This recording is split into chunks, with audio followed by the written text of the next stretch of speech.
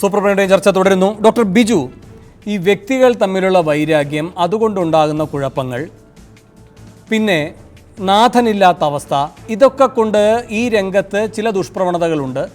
അതെല്ലാം പരിഹരിക്കാൻ കഴിയും. ഇങ്ങനെ പറഞ്ഞ് തീർപ്പാക്കേണ്ട ഒരു വിഷയമാണോ സിനിമാ രംഗത്തുള്ള പ്രശ്നങ്ങൾ? ഇപ്പോൾ താങ്കൾ തന്നെ നേരത്തെ ഒരു ഘട്ടത്തിൽ പ്രതികരിക്കുകയുണ്ടായി, സിനിമാ നയം 2 വർഷമായി പൊടി പിടിച്ചു കിടക്കുന്നു. ഇപ്പോൾ ശ്രീ ഗണേഷ് കുമാർ പറയുന്നു സിനിമ നിയമം വരാൻ പോകുന്നുവെന്ന്. ഒരു നയം പൊടി പിടിച്ചു കിടക്കുന്നു, ഒരു നിയമം വരാനിരിക്കുന്നു. ഇത്തരം നടപടികൾ കൊണ്ടാണോ ഇതിന് പരിഹാരം കണ്ടെത്താൻ കഴിയുക? ശരിക്കും സിനിമാ രംഗത്ത് സർക്കാരിന് എന്തെങ്കിലും ഒരു ഇടപെടൽ കേരളത്തെ സംബന്ധിച്ചിടത്തോളം, മലയാള സിനിമയെ സംബന്ധിച്ചിടത്തോളം ഇതുവരെ ഉണ്ടായിട്ടുണ്ടോ എന്നുള്ളത് വളരെ സംശയമാണ്. ശ്രീ ഗണേഷ് കുമാർ മന്ത്രിയായിരിക്കുന്ന സമയത്ത് മാത്രമാണ് തിയേറ്ററിൻ്റെ നവീകരണം പോലെയുള്ള ചില കാര്യങ്ങൾ എങ്കിലും നടന്നിട്ടുള്ളത്. ഒരു സിനിമ നയം ഇല്ല എന്നുള്ളത് സത്യസന്ധമായ കാര്യമാണ്. ഇപ്പോൾ മറ്റ് പല ഭാഷകളിലും എടുത്തു കഴിഞ്ഞാൽ ആ സിനിമയിൽ ശരിക്കും ഒരു ഗവൺമെൻറ് സിനിമയിൽ ഇടപെടുന്നത് ഒരു ഇൻഡസ്ട്രി എന്നുള്ള രീതിയിലാണ് എന്നുള്ള തെറ്റിദ്ധാരണയാണ് നമ്മുടെ ഗവൺമെൻറ്റിനുള്ളത്. ഇൻഡസ്ട്രി എന്നുള്ള രീതിയിലല്ല ഒരു ഗവൺമെൻറ് ഇടപെടേണ്ടത്. ഒരു സാംസ്കാരികമായ ഒരു ഉൽപ്പന്നം എന്നുള്ള രീതിയിലാണ് സിനിമയെ സമീപിക്കേണ്ടത്. അത്തരത്തിൽ സാംസ്കാരികമായ സിനിമകൾ ചെയ്യുവാനുള്ള ഒരു അന്തരീക്ഷം സൃഷ്ടിച്ചു കൊടുക്കലാണ് ഗവൺമെൻറ്റിൻ്റെ ബാധ്യത. ആ ഒരു തരത്തിൽ ഗവൺമെൻറ് എന്താണ് ഇടപെടുന്നത് എന്നുള്ളത് പരിശോധിക്കേണ്ടതുണ്ട്. അങ്ങനെ ഒരു സാംസ്കാരികമായ സിനിമകൾ ചെയ്യുവാനുള്ള യാതൊരു അവസരവും ഉണ്ടാക്കാത്ത ഒരിടത്താണ് ഇത്തരത്തിൽ അസാംസ്കാരികമായ സിനിമകൾ. നമ്മളിപ്പോൾ ഈ പറയുന്ന മലയാളത്തിലെ ജനപ്രിയമായ പല സിനിമകളും ഇപ്പോൾ ഒരുപക്ഷെ ഈ സ്ത്രീ വിരുദ്ധതയ്ക്കെതിരെ അല്ലെങ്കിൽ ഇത്തരം ആക്രമണങ്ങൾക്കെതിരെ, സ്ത്രീ ആക്രമണങ്ങൾക്കെതിരെ പ്രതികരിക്കുന്ന പല ആളുകളുടെയും സിനിമകളുടെ ഉള്ളടക്കം പരിശോധിച്ച് കഴിഞ്ഞാൽ വളരെ സ്ത്രീവിരുദ്ധമായ സിനിമകളാണ്. അപ്പോൾ അത്തരം സ്ത്രീവിരുദ്ധമായ സിനിമകൾ 1% ഈ പൊതുസമൂഹത്തെ ബാധിച്ചിട്ടില്ലേ അല്ലെങ്കിൽ ഇൻഫ്ലുവൻസ് ചെയ്തിട്ടില്ലേ എന്നുള്ളത് ശരി ആലോചിക്കേണ്ട കാര്യമുണ്ട്. ഡോക്ടർ ബിജു, ഒരു കാര്യം കൂടി ഇപ്പോൾ ശ്രീ സുരേഷ് കുമാറൊക്കെ പറയുന്നത് കേട്ടില്ലേ, ബ്ലാക്ക് മണി എന്ന് പറയുന്നതില്ല, മുമ്പുണ്ടായിരുന്നു, ഇപ്പോൾ ഇല്ല. അതുപോലെ തന്നെ ഈ വ്യവസായവുമായി ബന്ധപ്പെട്ട് അതിൽ സുതാര്യതയിലേക്ക് പോകുന്നതിന് പരിമിതികളുണ്ട്. കാരണം ഇത് മികവിൻ്റെ ഒരു മേഖലയാണ്. അവിടെ കൂടുതൽ മികച്ചു നിൽക്കുന്ന ആൾക്ക് കൂടുതൽ പ്രതിഫലം കിട്ടും. അങ്ങനെ ഒരു രംഗമായിട്ടാണോ ഇതിനെ കാണേണ്ടത്? പ്രതിഫലത്തിൻ്റെ കാര്യത്തിൽ സ്വാഭാവികമായിട്ടും ശരിയായിരിക്കാം. ഈ പറയുന്ന പോലെ വലിയ താരങ്ങൾക്ക് വലിയ പ്രതിഫലം കൊടുക്കേണ്ടതായി തന്നെ വരും. അതിലൊന്നും ഒരു തെറ്റുമില്ല. ഇതിൻ്റെയൊക്കെ കണക്കുകൾ എവിടെയെങ്കിലും ഉണ്ടോ? അത് ചോദിക്കുന്നത് ഏറ്റവും തെറ്റായ ഒരു നടപടിയാണോ? അതെ, അതാണ് എനിക്കൊരു ചോദ്യമുണ്ട്. അതെ, അക്കാര്യത്തിൽ എനിക്കറിയാവുന്നത്, നമ്മൾ ഓരോ സിനിമയുടെയും ഒരു ബജറ്റ് പ്രൊഡ്യൂസേഴ്സ് അസോസിയേഷൻ കൊടുക്കും എന്നാണ് എൻ്റെ ഒരു അറിവ്. അങ്ങനെയാണ് എല്ലാ സിനിമയുടെയും മേടിക്കുന്ന പ്രതിഫലങ്ങൾ, ഓരോ താരങ്ങളുടെയും പ്രതിഫലങ്ങൾ അവിടെ പ്രൊഡ്യൂസേഴ്സ് അസോസിയേഷൻ ഉണ്ടാവും. ഇന്നലെ വരെയുള്ള സിനിമകളുടെ കണക്കൊന്ന് എടുത്ത് നോക്കൂ. ഇവിടുത്തെ കേട്ടിട്ടുള്ളത് അവിടെ കൊടുത്തിരിക്കുന്ന എഗ്രിമെൻറ്റിൽ 1 കോടിയിൽ കൂടുതൽ പ്രതിഫലം കൊടുക്കുന്ന ഏതെങ്കിലും താരങ്ങൾ ഉണ്ടായിട്ടുണ്ടോ? എനിക്ക് സംശയമാണ്. ഇല്ലെങ്കിൽ ആ 2 കോടി മേടിക്കുന്നു എന്ന് പറയുന്നത് ഒരുപക്ഷെ തെറ്റാവാം, അതല്ലെങ്കിൽ അത് ബ്ലാക്ക് മണി ആവാം എന്നാണ് പറയാൻ പറ്റുക. 1 കോടിയിൽ കൂടുതൽ ഉണ്ട് എന്നുള്ളതാണ്. തീർച്ചയായിട്ടും ഉണ്ട് ബിജു. അങ്ങനെയാണെങ്കിൽ അതൊരു സോഷ്യൽ ഓഡിറ്റിങ്ങിന് വിധേയമാക്കാവുന്ന കാര്യമല്ല ഉള്ളൂ. ഓഡിറ്റിംഗ് എപ്പോൾ വേണോ നടത്താമല്ലോ. നമ്മൾ ഓരോ പടം കഴിയുമ്പോഴും ഓഡിറ്റ് ചെയ്യല്ലേ, ഓഡിറ്റിങ്ങിന് കൊടുക്കുകയല്ലേ. നമ്മൾ എന്തിനാണ് ഇത് ചെയ്യുന്നത്? എല്ലാം നമ്മൾ കൃത്യമായിട്ട് ഇവിടെ കണക്ക് ഫയൽ ചെയ്യുന്നുണ്ട്. കാരണം അതെ, കാരണം ഈ പറയുന്നത് എൻ്റെ അഭിപ്രായത്തിൽ എനിക്കും പരിചയമുള്ള ഒട്ടേറെ നിർമ്മാതാക്കൾ പറഞ്ഞിട്ടുള്ള ഒരറിവുണ്ട്. ഇവിടുത്തെ പ്രധാന വലിയ പ്രതിഫലങ്ങൾ മേടിക്കുന്ന താരങ്ങൾ പലപ്പോഴും ഏതാണ്ട് ഒരു 60% കൂടുതൽ പണം ബ്ലാക്ക് മണി ആയിട്ടാണ് മാറുന്നത്. അങ്ങനെയാണെങ്കിൽ ഇവിടെ ഇൻകം ടാക്സ് ഡിപ്പാർട്ട്മെൻറ്റിൻ്റെ ഒരു അടിയന്തര ശ്രദ്ധ ആവശ്യമുണ്ട്. എത്രമാത്രം സത്യസന്ധമാണെന്ന് എനിക്ക് പറയാൻ പറ്റില്ല, എനിക്ക് നേരിട്ട് അനുഭവമില്ല. പക്ഷേ പലരും പറഞ്ഞിട്ടുള്ള അറിവ്, അതൊരു പക്ഷേ ഇവർക്കൊക്കെയാണ് കൂടുതലായിട്ടും പറയാൻ പറ്റുക. പലരും പറഞ്ഞിട്ടുള്ള അറിവ് അങ്ങനെയാണ്. ഏറ്റവും കൂടുതൽ പ്രതിഫലം മേടിക്കുന്ന താരങ്ങൾ, ഈ ചെറിയ ആളുകളുടെ കാര്യമല്ല പറയുന്നത്, ചെറിയ ആളുകളുടെയോ ചെറിയ ടെക്നീഷ്യൻസിൻ്റെയോ അല്ല, അവർക്കൊക്കെ കൃത്യമായി TDS കട്ട് ചെയ്ത് കൃത്യമായ അക്കൗണ്ട് വഴിയാണ് അവർക്കൊക്കെ പണം കൊടുക്കുന്നത്. എല്ലാ നിർമ്മാതാക്കളും അങ്ങനെ തന്നെയാണ് ചെയ്യുന്നത്. പക്ഷേ പലപ്പോഴും വലിയ പ്രതിഫലം മേടിക്കുന്ന താരങ്ങൾ, സാങ്കേതിക പ്രവർത്തകർ, അതല്ലെങ്കിൽ അങ്ങനെയുള്ള സംവിധായകർക്കൊക്കെ ഇത്തരത്തിൽ ബ്ലാക്ക് മണിയിൽ പണം കൊടുക്കുന്നുണ്ടോ? ഇപ്പോൾ ഈ ഡിമോണിറ്റൈസേഷൻ വരുന്നതിന് ഞാൻ ഇടപെടുകയാണ്. ശ്രീ KB ഗണേഷ് കുമാർ, ശ്രീ ബിജു ചൂണ്ടിക്കാട്ടിയ ആദ്യ കാര്യം ഇന്ന് താങ്കളും പറയുകയുണ്ടായി. എന്തുകൊണ്ട് മോഹൻലാലും മമ്മൂട്ടിയും ഒക്കെ ഒട്ടും സംസ്കാരമില്ലാത്ത തരം സ്വഭാവമുള്ള പ്രമേയങ്ങൾക്ക് മുഖമാകുന്നു? എന്തുകൊണ്ടാണ് ശ്രീ ഗണേഷ് കുമാർ? എന്ത് താല്പര്യം സംരക്ഷിക്കുന്നതിൻ്റെ ഭാഗമായാണ്? അതും ഒരു മികവാണോ? അത് സംവിധായകനും നിർമ്മാതാവും കൊണ്ടുവരുന്ന കച്ചവടത്തിൻ്റെ ഒരു മുഖം മാത്രമേ ഉള്ളൂ. അതിനകത്ത് ഒരു നല്ല സിനിമ എടുക്കുക എന്നുള്ളതിനപ്പുറം നമ്മളൊരു നടനാണ്. നമ്മുടെ നിലനിൽപ്പ് എന്ന് പറയുന്ന സക്സസ്സാണ്. ഞാൻ അഭിനയിക്കുന്ന സിനിമ ഹിറ്റായെങ്കിൽ മാത്രമേ എനിക്ക് നിലനിൽക്കുള്ളൂ. അപ്പോൾ മോഹൻലാലായാലും മമ്മൂട്ടിയായാലും മറ്റേത് താരമായാലും തൻ്റെ എത്തിപ്പെട്ട ഒരു സിംഹാസനമുണ്ട്. അത് നഷ്ടപ്പെടാതിരിക്കാൻ വേണ്ടി, നിലനിർത്താൻ വേണ്ടി കൊമേഴ്ഷ്യലായിട്ട് വാല്യൂ ഉള്ള കഥകൾ ചെയ്തു പോകണം. ഇപ്പം നല്ല സിനിമ മാത്രം അഭിനയിക്കുന്ന ഒരു നടൻ പെട്ടെന്നൊരു സൂപ്പർ സ്റ്റാർ നല്ല സിനിമകളിലേക്ക് മാറുകയാണ്. അദ്ദേഹത്തിൻ്റെ പടം കണ്ടിന്യൂസ് ആയിട്ടൊരു 4 പടം പൊട്ടിയാൽ അദ്ദേഹം ഈ സിനിമ ഇൻഡസ്ട്രിയിൽ ഉണ്ടാവില്ല. അപ്പോൾ അതുകൊണ്ട് അത് അവരുടെ പ്രൊഫഷൻ്റെ ഒരു മാനേജ്മെൻറ്റാണ്, അത് അവരുടെ കഴിവാണ്. അത് നമുക്കതിലൊരു അഭിപ്രായം പറയാൻ പറ്റില്ല. അവരുടെ പ്രൊഫഷൻ, അവരുടെ സിംഹാസനം, അവർക്ക് ലഭിച്ച ഒരു സിംഹാസനം. അല്ലല്ല, അങ്ങ് പറഞ്ഞ വാചകങ്ങൾ ഞാൻ ആവർത്തിക്കാം. കൊച്ചിയിൽ നിന്നിറങ്ങുന്ന സിനിമകൾ നമ്മൾ ശ്രദ്ധിക്കണം. കൊച്ചിയിൽ മാന്യന്മാരായ ഒരുപാട് നല്ല വ്യക്തികളുണ്ട്. അവരെക്കുറിച്ചല്ല സിനിമ.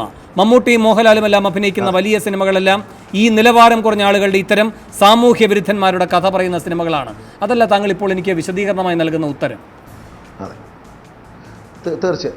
തീർച്ചയായിട്ടും ഞാൻ പറഞ്ഞല്ലോ, അത് ഞാൻ പറഞ്ഞത് എന്തുകൊണ്ട് ഇവരിത് എടുക്കുന്നു എന്നുള്ളതിനെക്കുറിച്ചാണ്. പക്ഷേ അവർക്ക് മനസ്സുകൊണ്ടൊരു തീരുമാനം എടുക്കാം. ഇത്തരം കച്ചട ക്യാരക്ടറുകൾ ഇനി ചെയ്യില്ല, ഇത്രയും മനുഷ്യനെ തെറ്റാക്കുന്നില്ല, ചെയ്യില്ല എന്ന് അവർക്കൊരു തീരുമാനം എടുക്കാൻ അവരെ പേഴ്സണൽ ഡിസിഷനാണ്. അത് ഗണേഷ് കുമാറിന് സജസ്റ്റ് ചെയ്യാൻ പറ്റത്തില്ല. അവരെ പേഴ്സണൽ ഡിസിഷനാണ്. ഇപ്പോൾ ഒരു സബ്ജക്റ്റ് പറയുന്നു, ബിജുവിനൊരു സബ്ജക്റ്റ് കിട്ടുമ്പോൾ ആ ബിജു എങ്ങനത്തെ സബ്ജക്റ്റ് കൈകാര്യം ചെയ്യണം. ഒരു പത്മരാജൻ കള്ളൻ പവിത്രൻ്റെ കഥ കൈകാര്യം ചെയ്തു. അത് കള്ളത്തരം പ്രോത്സാഹിപ്പിക്കാനല്ല, കള്ളനായി ജീവിച്ച ഒരു പവിത്രൻ്റെ കഥ പറയുമായിരുന്നു പത്മരാജൻ. അതൊരാളെ കള്ളനാകാൻ പ്രോത്സാഹിപ്പിക്കില്ല ആ സിനിമ. പക്ഷെ കള്ളൻ്റെ കഥയില്ലേ അദ്ദേഹം പറഞ്ഞു, എന്ന് വെച്ചാൽ അത് കുഴപ്പമുണ്ടായോ? അപ്പോൾ അങ്ങനെ നമ്മൾ വിഷയം കൈകാര്യം ചെയ്യുമ്പോൾ വെറും ഒരു 4-കിട ഗുണ്ടകളുടെ കഥകൾ, അതിൽ ഇത്രയും വലിയ ഹീറോസ് ആ വേഷമിടുക, അപ്പോൾ സ്വാഭാവികമായിട്ടും ഇത് എൻ്റെ കഥയാണ് എന്ന് റിലേറ്റ് ചെയ്യാൻ പല ഗുണ്ടകൾക്കും പറ്റും. അത് തെറ്റ് തന്നെയാണ്. അത് ബിജു പറഞ്ഞ് ശരിയാണ്. അത്തരത്തിലുള്ള കഥാപാത്രങ്ങളിൽ നിന്ന് ഒഴിവാകേണ്ടത് നമ്മുടെ വലിയ നടന്മാരുടെ, വലിയ ലോകത്ത് ഭരത് അവാർഡുകളൊക്കെ വാങ്ങിയ നടന്മാർ സ്വയം ചെയ്യേണ്ട ഒരു കാര്യമാണ്. മറ്റെന്തെങ്കിലും വിജയിക്കുന്ന സബ്ജക്റ്റ് എടുക്കാമല്ലോ, ഈ സബ്ജക്റ്റ് എടുക്കാതെ ഈ സബ്ജക്റ്റ് വേണ്ട, ഞാൻ ഇത്തരം കഥാപാത്രങ്ങളെ അവതരിപ്പിക്കുന്നില്ല എന്ന് അവർക്കൊരു ഡിസിഷൻ എടുക്കാം. അത് അവർക്ക് എനിക്ക് കഴിയത്തില്ല. ഒരു പക്ഷേ ഞാനൊരു ചെറിയ നടനാണ്, പക്ഷെ അവർക്കത് കമാൻഡ് ചെയ്യാൻ പറ്റും. ഈ റോള് ഞാൻ ചെയ്യില്ല, ഇത്തരം റോളുകൾ എനിക്ക് അങ്ങനെ പറയുമ്പോൾ ഒരു പുതിയ സംസ്കാരത്തെ കൂടിയാണ് അവർ മുന്നോട്ട് കൊണ്ടുവരാൻ കഴിയുക അവർ വഴി. വലിയൊരു നിർദ്ദേശമാണത്. എത്രമാത്രം കേൾക്കുമെന്ന് അറിയില്ല. ഒരു കാര്യം കൂടി ശ്രീ ഗണേഷ് കുമാർ, ഇവിടെ താങ്കൾ പറയുണ്ടായി വിലക്കിനെ പറ്റി. അത് മാത്രമല്ല, ഒരു സാമ്പത്തിക ഉച്ചനീചത്വമുണ്ട് ഈ മേഖലയിൽ. ഇപ്പോൾ ഒരു യുവനടി പറയുകയുണ്ടായി, അവർക്കിവിടെ 2 വർഷമായി വിലക്കുണ്ട് എന്ന്. അവർ തെന്നിന്ത്യൻ സിനിമകളിൽ അഭിനയിച്ചു. അവിടുത്തെ പ്രതിഫലവും ഇവിടുത്തെ പ്രതിഫലവും തമ്മിൽ വലിയ വ്യത്യാസമുണ്ട്. അതേ പ്രതിഫലം വേണമെന്നല്ല അവരോട് ആവശ്യപ്പെട്ടത്. അവരാവശ്യപ്പെട്ടത് ഞങ്ങളെപ്പോലുള്ള നടിമാർക്ക് ഇവിടെ 18 മുതൽ 25 ലക്ഷം വരെയാണ് ആകെ കിട്ടുന്ന പ്രതിഫലം.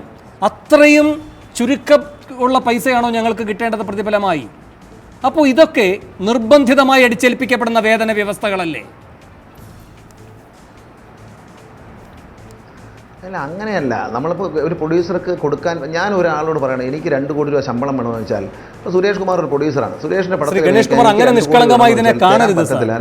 അത്രയും നിഷ്കളങ്കമായല്ല ഇതിനെ കാണേണ്ടത്. ഒരാൾക്ക് ഇത്ര മതി, ഒരാൾക്ക് ഇത്രയും വേണം എന്ന ഒരു സമീപനവും അതിന് എനിക്കൊരു ഇത് മറുപടി പറയാനുണ്ട്. അതായത് എനിക്ക് ഇത്രയും വേണമെന്ന് പറഞ്ഞാൽ വലിയ താരമൂല്യമുള്ള ആൾക്കാർ ചോദിച്ചാൽ അവർക്കത് കൊടുത്തില്ലെങ്കിൽ അവർ നമ്മുടെ സിനിമ അഭിനയിക്കാൻ വരില്ല. അപ്പോൾ നമ്മൾ കച്ചവടമാണ് നടത്തുന്നത്. പിന്നെ എനിക്ക് ഇത്രയും രൂപ ഒരാൾക്ക് സ്റ്റാമ്പ് ചെയ്ത് വെച്ചിട്ടില്ല, എനിക്ക് ഇത്ര രൂപയാണെന്ന്. 25 ലക്ഷം രൂപ തരണമെന്ന് പറഞ്ഞാൽ നമ്മളത് വേണ്ടെന്ന് വെച്ചിട്ട് 20 ലക്ഷം രൂപ 15 ലക്ഷം രൂപയുള്ള ആളെ വേറെ ഇടും. അപ്പൊ നമ്മൾ തീരുമാനിക്കും. അതായത് അവർക്ക് എന്ത് വേണോ ഡിമാൻഡ് ചെയ്യാം. ഷാജിയൻ കരുണ്ടെ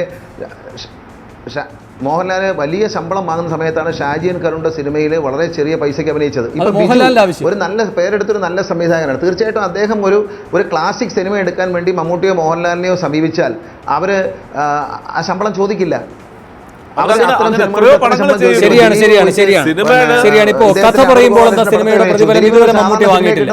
അങ്ങനെ ഒത്തിരി പടങ്ങൾ വാങ്ങിക്കാറുണ്ട്, പല കാര്യങ്ങളും ചെയ്യാറുണ്ട്. ശരിയാണ്. അതിന്റെ ഇടയിൽ ഒരു അധോലോക നായകന്റെ ഒരു വേഷം ചെയ്തെന്ന് പറഞ്ഞാൽ അത് വലിയ പാതകമാണെന്ന് പറയുന്നത് എനിക്ക് തോന്നുന്നില്ല. അത് ഒരിക്കലും ശരിയല്ല. ഇവരുടെയൊക്കെ നന്മയെ എല്ലാ ക്യാരക്ടറും ഒരു നടൻ ചെയ്യണം, എല്ലാ രീതിയിലുള്ള ക്യാരക്ടറും. അപ്പൊ നന്മ മാത്രം ചെയ്യാൻ മാത്രമാണ്. അപ്പൊ തന്മയുണ്ട് തിന്മയുണ്ട് സമൂഹത്തിൽ.